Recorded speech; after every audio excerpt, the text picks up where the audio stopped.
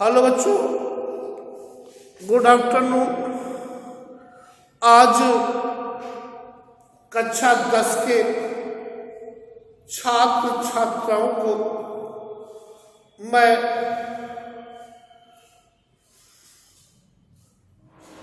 स्पष्ट करना चाहता हूं। केमिस्ट्री में कुछ क्वेश्चन है, व्हेन व्हाट हैपेंस। सीधी सी बात है।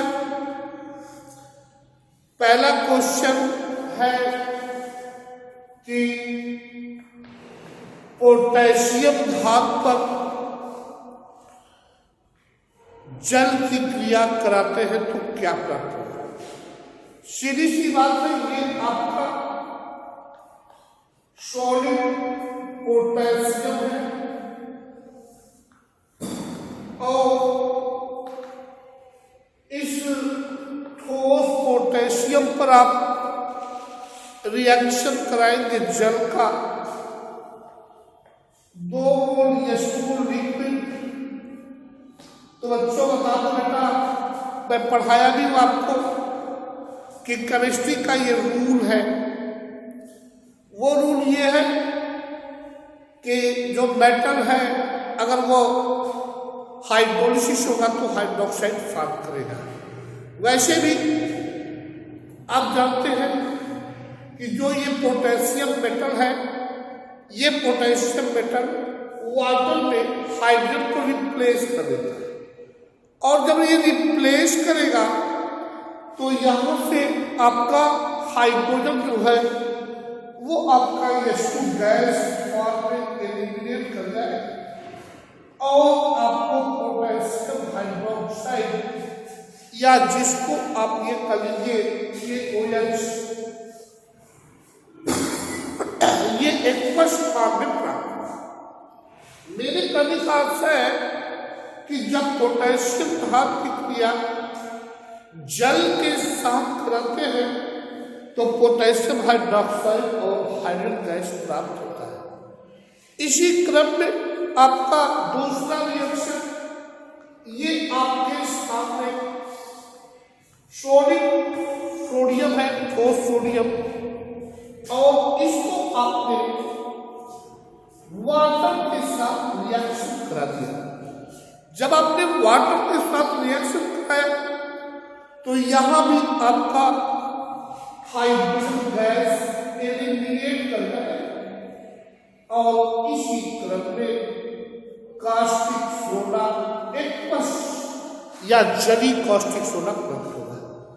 आपको कंक्लूजन मिला आपके बुक के अकॉर्डिंग।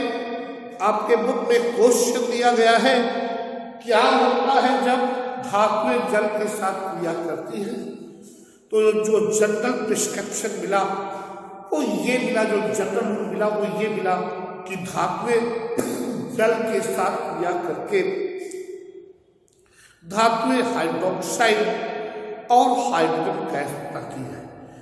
इसी क्रम में बहुत इंपॉर्टेंट पार्ट है आपका रिएक्शन भी होता है। जो रिएक्शन पूछा गया है वो आपके बोर्ड एग्जामिनेशन में एल्यूमिनियम धातु।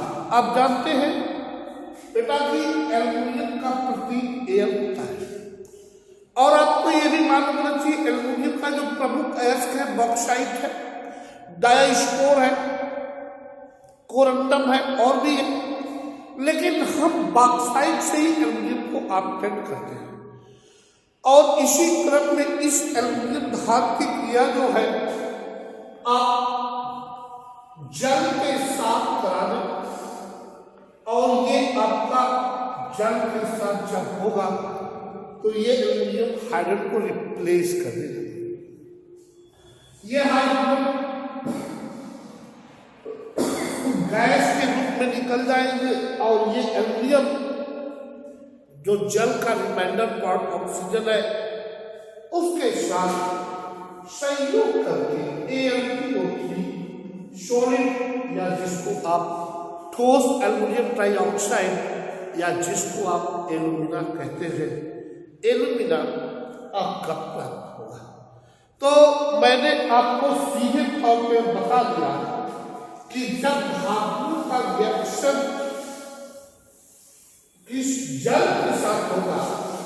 तो हमको क्या प्राप्त होगा? उस धातु का हाइड्रोक्साइड और दूसरी चीज उस धातु का हमें प्राप्त होगा, उस धातु का हाइड्रोक्साइड प्राप्त होगा और हाइड्रोजन गैस प्राप्त होगा। अब क्वेश्चन ये है कि धातुओं का तब अम्लों के साथ सीधी सी बात है, धातुओं का तब अम्लों के साथ किया। तो मैं अभी आपको इस रिएक्शन को भी एक्सप्लेन करने जा रहा हूं कि धातुएं जब डाइल्यूट एसिड के साथ रिएक्शन करेगा तो क्या होगा। सीधी सी बात है, ये आपका आयरन मेटल है जिसको आप लिखते हो आयरन मेटल। ये आयरन मेटल डाइल्यूट या Cl के साथ क्रिया करेगा। आपको मालूम होना चाहिए आयरन की रिएक्टिविटी हाइड्रोजन से अधिक होती है। ऐसे कंडीशन में आयरन हाइड्रोजन को रिप्लेस कर देता है और आपको फेरस क्लोराइड और आपको हाइड्रोजन गैस प्राप्त होगा। ये जो फेरस क्लोराइड है ये आपका सॉल्ट है। इसी क्रम में बी रिएक्शन मैग्नीशियम धातु हाइड्रोक्लोरिक एसिड के साथ रिएक्शन करेगा तो ये मैग्नीशियम की रिएक्टिविटी हाइड्रोजन से अधिक, हाइड्रोजन रिप्लेस हो जाएगा और ये हाइड्रोजन गैस रिप्लेस हो गया। आपको मिल गया MgCl2 या जिसको आप कहते हैं मैग्नीशियम क्लोराइड। बहुत ये भी डाइल्यूट एसिड है। C ये आपका जिंक धातु है जिसको आप जस्ता के नाम से जानते हो बेटा। ये जस्ता तब हाइड्रोक्लोरिक एसिड के साथ जब रिएक्शन करेगा ये जस्ता इस HCl में से हाइड्रोजन को रिप्लेस करेगा और ये हाइड्रोजन गैस आपका निकल जाएगा, प्रोडक्ट बनेगा ZnCl2 या जिसको आप कहते हैं जिंक क्लोराइड। इसी क्रम में चौथा रिएक्शन ये एल्युमिनियम धातु है, ये रिएक्शन करेगा हाइड्रोक्लोरिक एसिड के साथ। सीधी सी बात है, ये एल्युमिनियम इस हाइड्रोजन को रिप्लेस कर देगा और ये यहाँ से हाइड्रोजन गैस एलिमिनेट करेगा और आपको 2AlCl3 या जिसको आप एल्युमिनियम ट्राइक्लोराइड कहते हैं। तो मेरे कहने का आशय एक लाइन का है, अब इससे एक्स्ट्रा तो मैं कुछ नहीं कर सकता। मैं आपको यहाँ पर बताया कि धातुएं जो है वो तरल अम्लों के साथ क्रिया करके साल्ट और हाइड्रोजन गैस बनाते हैं या लवण और हाइड्रोजन गैस बनाते हैं। इसी क्रम में मैं आपको बता दूं कॉपर, सिल्वर, मरकरी ये तरल अम्लों के साथ क्रिया नहीं करते।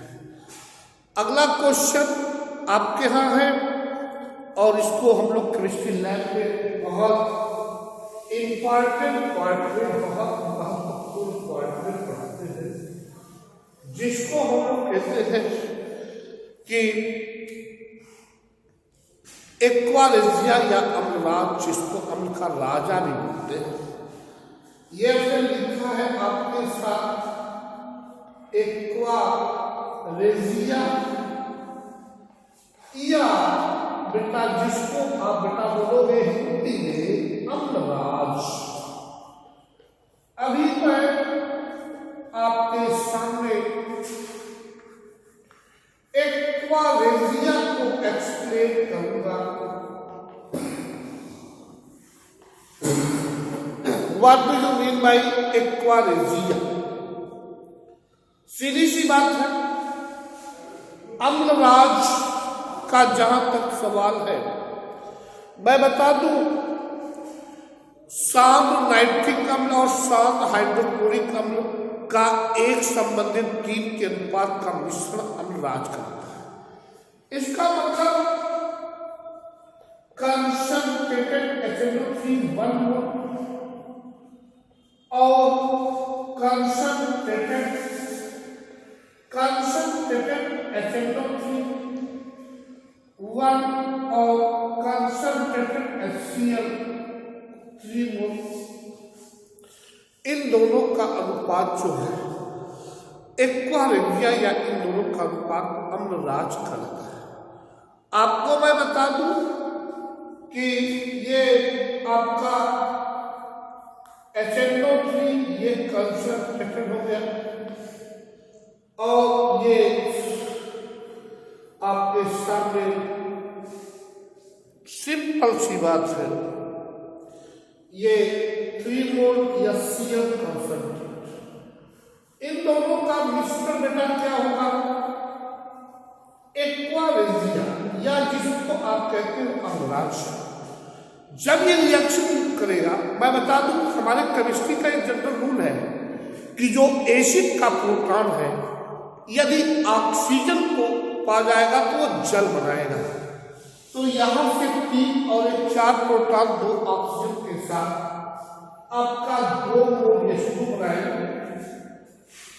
यहां नाइट्रोसिल ग्रुप बचा क्लोरीन के साथ, नाइट्रोसिल क्लोराइड और 2 क्लोरीन गैस के रूप में बदल जाता है। मेरे कहने का सेंस है कि मैं आपको आज जो एक्सप्लोरेशन किया उस एक्सप्लोरेशन को ध्यान से देखें तो जहां तक सवाल है अम्लराज का, मैंने स्पष्ट रूप से आपको बता दिया कि जो ये अम्लराज है, अम्लराज मीन्स शांत HNO3 और शांत HCl के एक संबंधित 3 का अनुपात अम्लराज कहलाता है। मैंने आपको ये भी बता दिया कि जो ये अम्लराज है, अम्लराज रिएक्शन में क्या देते हैं, नाइट्रोसिल क्लोराइड क्लोरीन और वाटर मॉलिक्यूल। आप इस अम्लराज से हेक्साक्लोरोप्लैटिनिक एसिड बना सकते हैं और भी आप कॉम्प्लेक्स सॉल्ट को बना सकते हैं। और मैं बता चुका हूं कि अम्लराज का बहुत इंपॉर्टेंट प्रयोग जो है लेबोरेटरी में किया जाता है। आज मैंने आपसे सबसे पहले क्लास 10 को ये पढ़ाया कि बहुत क्लियर मैंने पढ़ाया आपको कि धातु जो है जब धातु जल के साथ क्रिया करती है तो क्या रिएक्शन होता है। फिर मैंने आपसे बताया, आपने देखा कि धातु का हाइड्रोक्साइड और हाइड्रोजन प्राप्त हुआ। दूसरी चीज हमने जब आपको पढ़ाया कि धातुएं आपका तरु अम्लों के साथ क्रिया करता है तो आपने देखा कि धातुओं का जो है हेलो एसिड या जो भी लिया आपने सॉल्ट बना और हाइड्रोगैस। और मैंने लास्ट में बताया कि मरकरी कॉपर ये सब जो है रिएक्शन आप नहीं करते हैं एसिड तब अम्ल से। अम्लराज के बारे में आपको डिटेल पढ़ाया कि अम्लराज क्या होता है, एक्वारेजिया क्या होता है। मैंने बहुत डिटेल, अगर आपसे कोई पूछे अम्लराज आप सीधे बोलो 7 नाइट्रिक अम्ल और 7 हाइड्रोक्लोरिक अम्ल के एक संबंधित 3 के मिश्रण के अनुपात को या एक संबंधित 3 के अनुपात को अम्लराज या एक्वारेजिया कहते हैं। और आप सीधे बोलो अम्लराज अभिक्रिया के पश्चात नाइट्रोसिल क्लोराइड क्लोरीन और जल देता है। रिएक्शन लिखो सात HNO3 प्लस 7 3 मोल HCl गिव्स आउट NaCl, उसके नीचे नाम लिखो nitrosyl chloride plus Cl2 chlorine plus 2H2 जल। इस तरह से आज आपका इतना मैंने पढ़ाया। यदि आपको कोई प्रॉब्लम होगी तो आप उसे कंसल्ट करेंगे। Thank you.